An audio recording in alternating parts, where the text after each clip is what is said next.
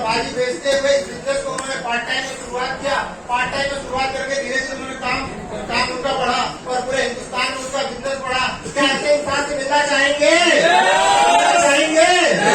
ऐसा शख्स जिन्होंने छोटा सा काम करते हुए आज पूरे हिंदुस्तान के अंदर छाया हुआ इंसान आप लोगों के बीच में, जो इस बिजनेस किस दूरी पर टिका, इसका मार्केटिंग प्लान आज आप लोगों को बताएगा। आप लोगों की जोरदार तालियों के बीच में मैं बुलाना चाहूंगा पंचानाथ गुप्ता जी को।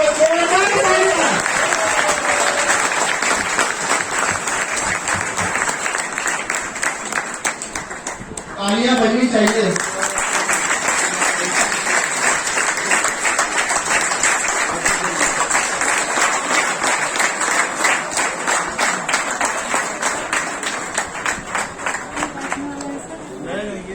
दोस्तों नमस्कार। नमस्कार। पहला मैसेज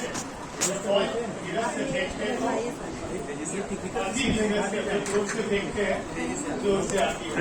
कुछ जोश यूं पैदा करो जिंदगी के वास्ते, जो मजाकिया होश में जिंदगी नहीं कटा करती। तीन तरह के लोग होते हैं, कुछ इतिहास रचते हैं, कुछ इतिहास पढ़ते हैं और कुछ इतिहास को घड़ते हैं। तो किस कैटेगरी में आप आना चाहते हैं वो आपके ऊपर निर्भर है। आज जो इस शहर नाला सुपारा में इतना बड़ा जो सेमिनार रखा गया है, तो ये इस सिद्धांत पे ये सिस्टम चल रहा है, इसके विषय में चर्चा करेंगे। आरसीएम क्या है, आरसीएम से क्या मिल सकता है, इसका विजन क्या है, इसका स्कोप क्या है, इसे कब किया जाता है, इसे कैसे किया जाता है, इससे क्या मिल सकता है, ये सारी चंद बातें आपको सीखने पे यहाँ मिलेगी। मैं जानना चाहूंगा हमारे नए साथी जितने जो पहली बार इस नाला सुपारा में सेमिनार में आए, पहली बार वो हमारे मेहमान हैं, मैं चाहेंगे पूरा हाथ खड़ा करें और हम सब लोग मिलकर उनके लिए खतरनाक ताली से स्वागत करें।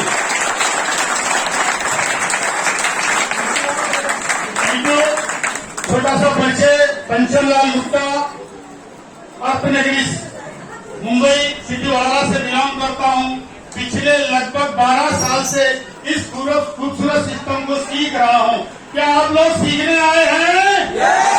आज जो गुरुदेव आए हैं उनका एक फेवरेट डायलॉग है, जीतना शुरू, सीखना शुरू तो जीतना शुरू, सीखना बंद, जीतना बंद। और लर्निंग ही अर्निंग है। सर हमेशा अपने कैसेट में, अपने मीटिंग में बात करते हैं, लर्निंग ही अर्निंग है। जो लर्निंग करना सीख जाता है वो अर्निंग करना भी सीख जाता है। तो दोस्तों जिस कंपनी की हम बात कर रहे हैं, ये कंपनी भीलवाड़ा राजस्थान की है। ये कंपनी 1977 में कपड़े के व्यापार में थी, कपड़ा खरीदती थी, बेचती थी। 1986 में इन्होंने कपड़े के 2 यूनिट डाले और कपड़ा बनाना शुरू किया। 1986 में इन्होंने शुरू किया और सन 2000 में ये डायरेक्ट सेलिंग में आए। इनकी उत्पादन क्षमता जो थी 60,000 मीटर थी। जब ये डायरेक्ट सेलिंग में काम शुरू किया, इनकी जो उत्पादन क्षमता थी वो 1 करोड़ 20 लाख मीटर हो गई। सोचने पे मजबूर हुए, कपड़े जैसा प्रोडक्ट जो हिंदुस्तान में लोग रोज नहीं खरीदते, कपड़ा क्या हम रोज खरीदते हैं? होली, दिवाली, ईद, बकरीद, फेस्टिवल, शादी ब्याह, तभी तो कपड़ा खरीदते हैं ना। ऐसे प्रोडक्ट से जब हमारा ग्रोथ इतना हो सकता है तो क्यों ना ऐसे प्रोडक्ट लाए जाएं जिसके बगैर घर नहीं चलता। क्या नमक के बगैर घर चलता है? नहीं चलता है ना। तो ऐसे प्रोडक्ट आए। तो सिस्टम को जानने के लिए हम पहले, आज के पहले जो सिस्टम चलता था उसके बारे में जानना चाहेंगे।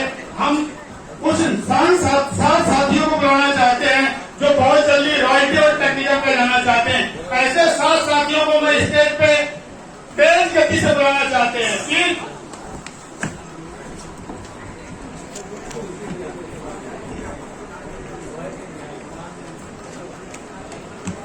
दौड़ के आएंगे। अभी 5 ही हुए हैं, 2 लोगों की और आवश्यकता है। प्लीज चलिए आएंगे।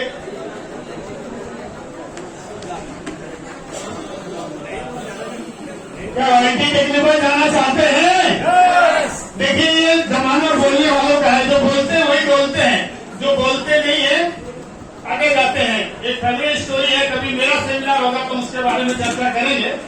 तो ये हमारे साथ साथी हैं, हम डायरेक्ट सेलिंग में हैं। इसको जानने से पहले हम ये जानेंगे कि हम सभी लोग पैसा कमाते हैं। देखिए क्या चंद लोग पैसा कमाते हैं, बाकी का जो उनका घर का खर्चा कैसे चलता है। तो सभी लोग पैसा कमाते हैं। यस, अगर हम पैसा कमाते हैं तो उसको क्या करते हैं, खर्चा करते हैं। यस नो, हमें जो भी जरूरत का सामान पड़ता है, जरूरत घर में लगता है, हम कहाँ से लेते हैं, हम मान लेते हैं ये ग्राहक है ना, ये ग्राहक है और ये कंपनी है जो प्रोडक्ट को बनाती है। कंपनी में से लगते भी है ना, ये कंपनी है जो प्रोडक्ट को मैन्युफैक्चर करते हैं और वो भाई साहब ग्राहक है जो प्रोडक्ट को खरीदी करते हैं। कोई भी कंपनी 800 का प्रोडक्ट बनाती है, 200 रुपए प्रॉफिट रखती है और 1000 में बेचना चाहती है।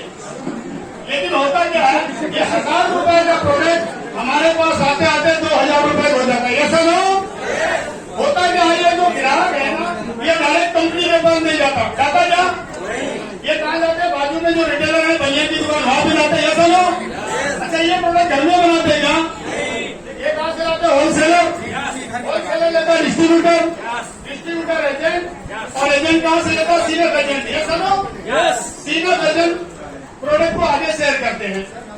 अभी कोई कंपनी ने प्रोडक्ट बनाया तो हमें पता कैसे चलेगा ये मार्केट में आया। इसके लिए ये प्रोडक्ट बनाते हैं और सीनियर एजेंट के पास जाते, बोलते बेचो।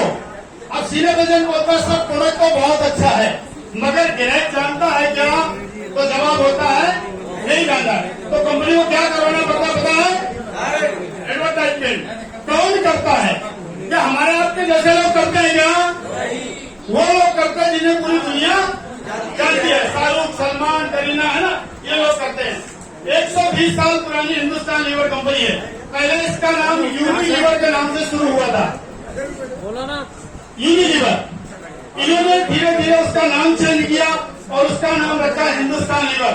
दोस्त मैं बताना चाहूंगा, हिंदुस्तान में हिंदुस्तान लीवर, पाकिस्तान में पाकिस्तान लीवर, दुबई में दुबई लीवर और श्रीलंका में श्रीलंका। तो लीवर पहले तो सोना लेके गए, कलेजा भी लेके जा रहे हैं, तो बचेगा क्या हिंदुस्तान में, सही बात है। तो अभी कुछ समय पहले, लगभग 10-15 साल पहले विश्व बनी थी SRI, पता है सभी को। हिंदुस्तान लीवर का मैनेजमेंट उनके पास जाता है, बोलता मैडम ये लक्ष्य साबुन, इसको हाथ में लीजिए और बोलिए हमारे खूबसूरती का राज इंटरनेशनल लक्ष्य। ऐश्वर्या क्या करती है, उस साबुन को फेंक देती है और भड़क जाती है, अरे मूर्ख, मेरे सुंदरता का राज हमारे माँ बाप है, ये साबुन कैसे हो सकता है। तो मैनेजमेंट उनको 20 करोड़ का चेक लिख के देता है। तो वो क्या बोलती है, अब 20 करोड़ में तो मेरे बाप को भी चेंज कर दूंगी, और वो बोलती है हमारे खूबसूरती का राज इंटरनेशनल लक्ष्य, और हम इसीलिए नहा रहे हैं, एक दिन हम भी खूबसूरत हो जाएंगे। ऐसा पॉसिबल है क्या, अगर होता तो सब बाहर चला जाता, और हम इतने साल से लगा रहे तो हम भी तो गोरे हो जाते। ऐसा पॉसिबल नहीं है।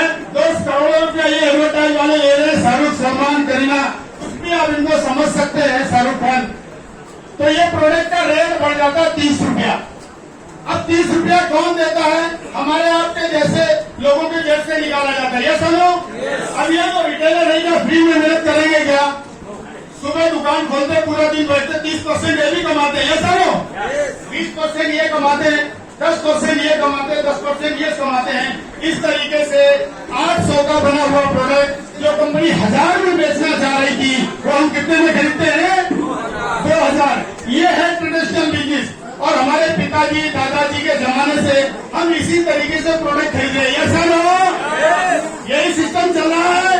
इससे पहले वाटन सिस्टम था, जमींदारों का जमाना हुआ करता था, गेहूं के बदले चावल, चावल के बदले दाल, दाल के बदले सब्जी, सब्जी के बदले दूध, ये वाटन सिस्टम था।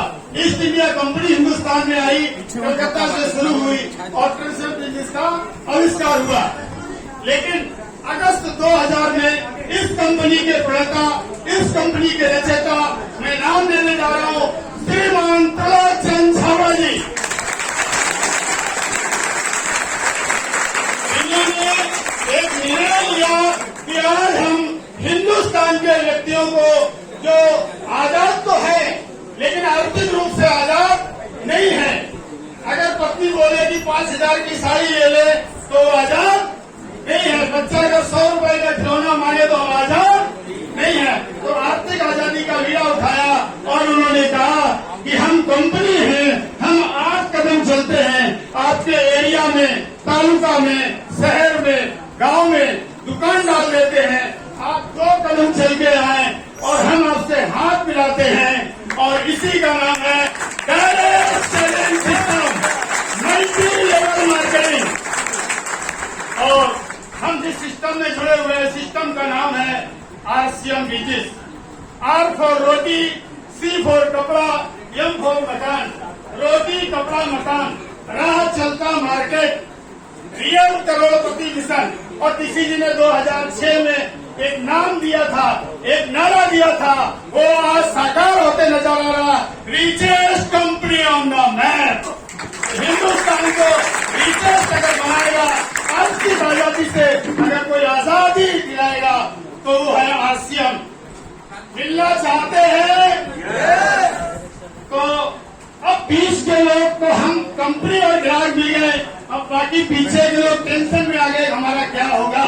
तो कंपनी ने बोला, कंपनी के मालिक ने बोला, आपको टेंशन लेने की जरूरत नहीं है, हम आपको RCM वंडर 1 देते हैं, RCM का PUC देते हैं, वंडर किट देते हैं, डिस्प्ले वॉल देते हैं, आप लोगों की सेवा करें और आप भी पैसे कमाएं। तो उन्होंने बोला कि हम आप भी इनके पीछे लग जाइए।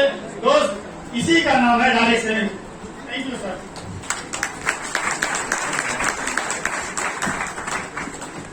तो आपने देखा ये डायरेक्ट सेलिंग सिस्टम पूरे हिंदुस्तान में जोर शोर से काम कर रहा है। आज मैं आपके सामने हूँ। 1986 में मैं मुंबई आया था। जब मैं मुंबई आया था तो मुझे कोई गिलास पानी देने वाला कोई नहीं था, क्योंकि मेरी कोई पहचान नहीं थी। मैं मुंबई आया, दादर में उतरा और वहाँ फुटपाथ पे मैं सोना शुरू किया। दादर ब्रिज के नीचे 2 महीना में सोया। 20 साल मैंने रोड पे भाजी बेचा और भाजी से बहुत कुछ किया। लेकिन ये सिस्टम मुझे मिला हमारे ग्रेट अपलायंस, ग्रेट गुरु, जिन्होंने मुझे चलना सिखाया, बोलना सिखाया, बात करना सिखाया, रास्ते में हुए पड़े पत्थर को हीरा बनाया। क्या जानना चाहते हैं? ग्रेट मेंटर, ग्रेट गुरु, ग्रेट पर्सनालिटी चाहता हूँ। जोरदार ताली से स्वागत करें मिस्टर आदर्श शुक्ला। इसके मार्गदर्शन में आप मुझे सीख रहे हैं। क्या आप सब सीखने आए हैं? अभी आपने मार्केटिंग प्लान देखा। कुछ नए साथी हैं, उनके दिमाग में ख्याल आता है कि पैसा कैसे आता है। तो जानना चाहते हैं तो सर बताएंगे इस सिस्टम से पैसा कैसे आता है। और इसके बाद जो हमारे बीच में आने वाले हैं, मैं दोबारा नाम देना चाह रहा हूँ। एक बार जोरदारी से स्वागत करेंगे, सम्मान करेंगे। Respected sir Shri Balaji sir. अब ज्यादा समय न लेते हुए हम अपने मुद्दे को बनाना चाहते, क्या मिलना चाहते हैं?